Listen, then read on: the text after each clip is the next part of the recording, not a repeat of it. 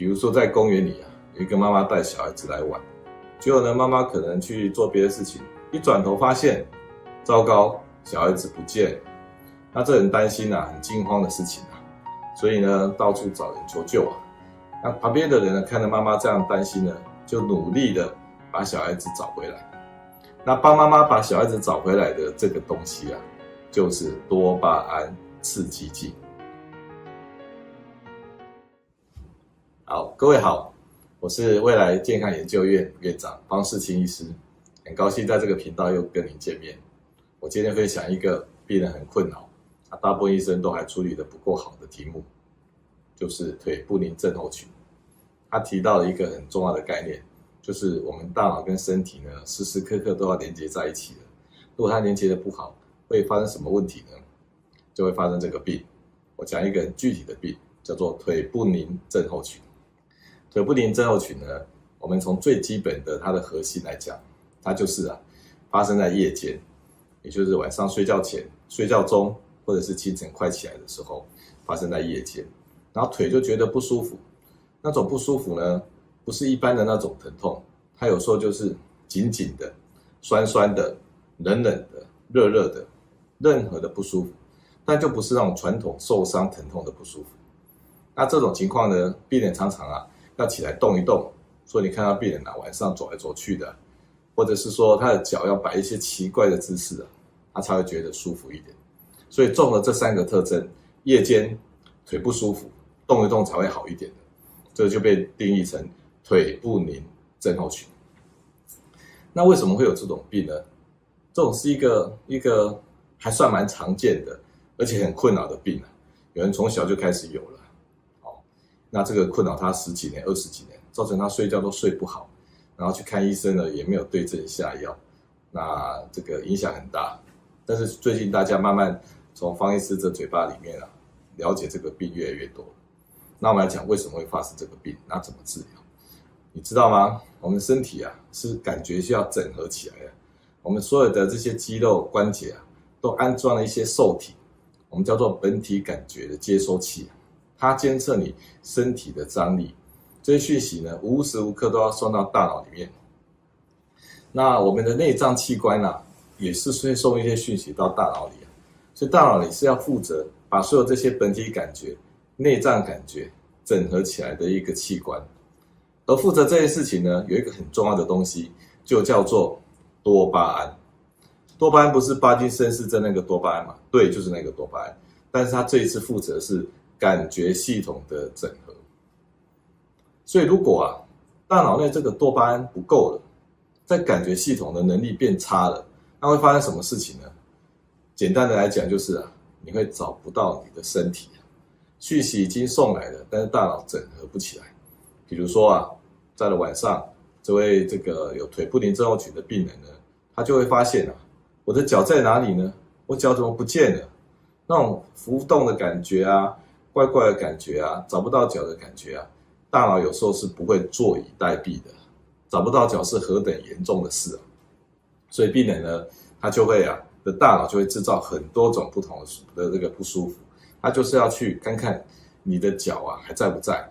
这时候如果你给他拍一拍敲一敲或者是弯曲走一走路增加他的感觉，大脑就会知道说，我的脚还在那待会他又忘记了。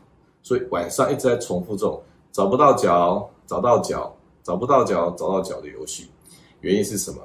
大脑内的多巴胺不够了，就夜间不够。那我举一个比喻来讲，比如说在公园里有一个妈妈带小孩子来玩，结果呢，妈妈可能去做别的事情，一转头发现，糟糕，小孩子不见了。那这很担心很惊慌的事情所以呢，到处找人求救那旁边的人呢，看到妈妈这样担心呢，就努力的把小孩子找回来。那帮妈妈把小孩子找回来的这个东西就是多巴胺刺激剂。所以使用多巴胺刺激剂是可以帮妈妈把小孩子找回来，也就是帮大脑找回你的脚可是如果你没有这样做，你看妈妈惊慌成这个样子，怎么办？结果众人就把妈妈用棍棒打昏让妈妈躺在公园里看起来她就不会紧张了。好，这种方法就叫做镇静剂、安眠药，使用高剂量把它打昏，找不到就算了，好，就好像把大脑麻痹一样，大脑找不到脚，它怎么肯睡觉？怎么敢睡觉呢？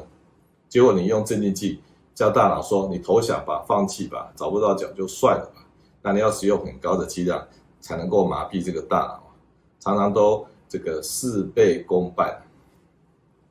所以这个病很特别，它就是多巴胺在晚上浓度不够，造成本体感觉的整合不足。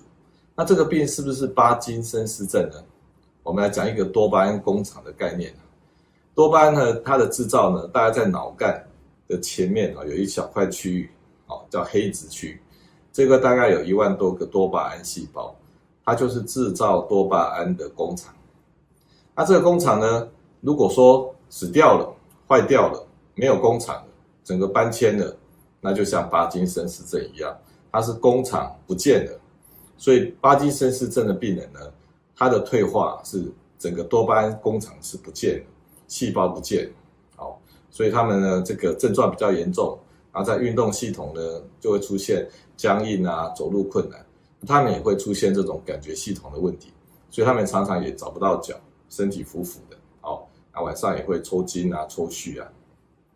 至于腿不宁症候群呢，它比较不是那么严重，它工厂还在啊，它只是制造多巴胺的流程不是很棒，生产力低啊，它制造出来的量只够白天使用，所以白天呢可以活动，那精神也还可以找得到脚。到了晚上呢，多巴胺已经不够用，白天用光了，所以晚上就找不到脚，产生腿不宁症候群。所以它只是生产力低，它并没有工厂不见了，所以这时候你给它补一点多巴胺刺激剂，算是帮助它一下，那它就会过关了。那有人就问说啊，那为什么多巴胺做出来会不够呢？生产力怎么会不足呢？那我们就要看多巴胺是怎么来的。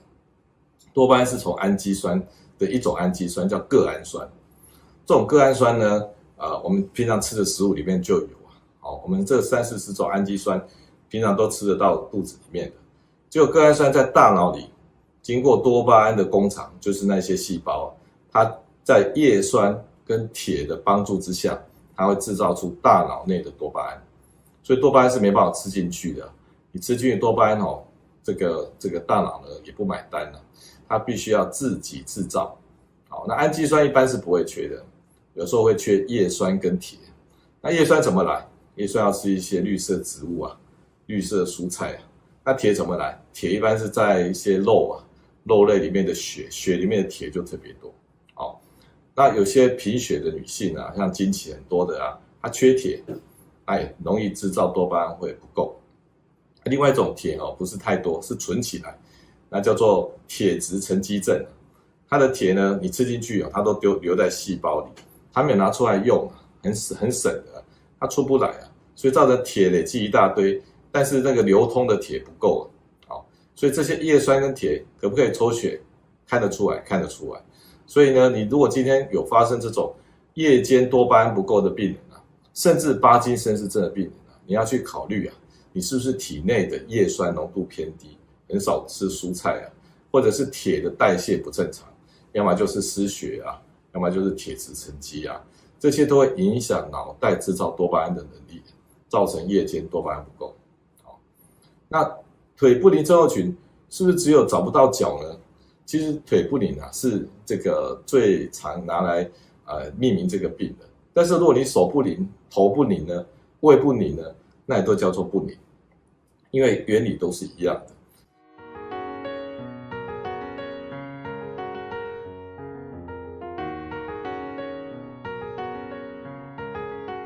我是方世清医师，每星期二、星期五晚上6点，我在未来健康研究院和大家分享医学新知，欢迎追踪、订阅、开启小铃铛，并在留言区分享你对今天节目的想法或建议。